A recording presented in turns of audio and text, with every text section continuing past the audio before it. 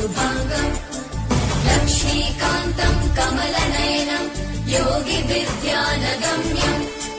वन्दे विष्णुम् भवभयहरम् सर्वलोकैकनाथम्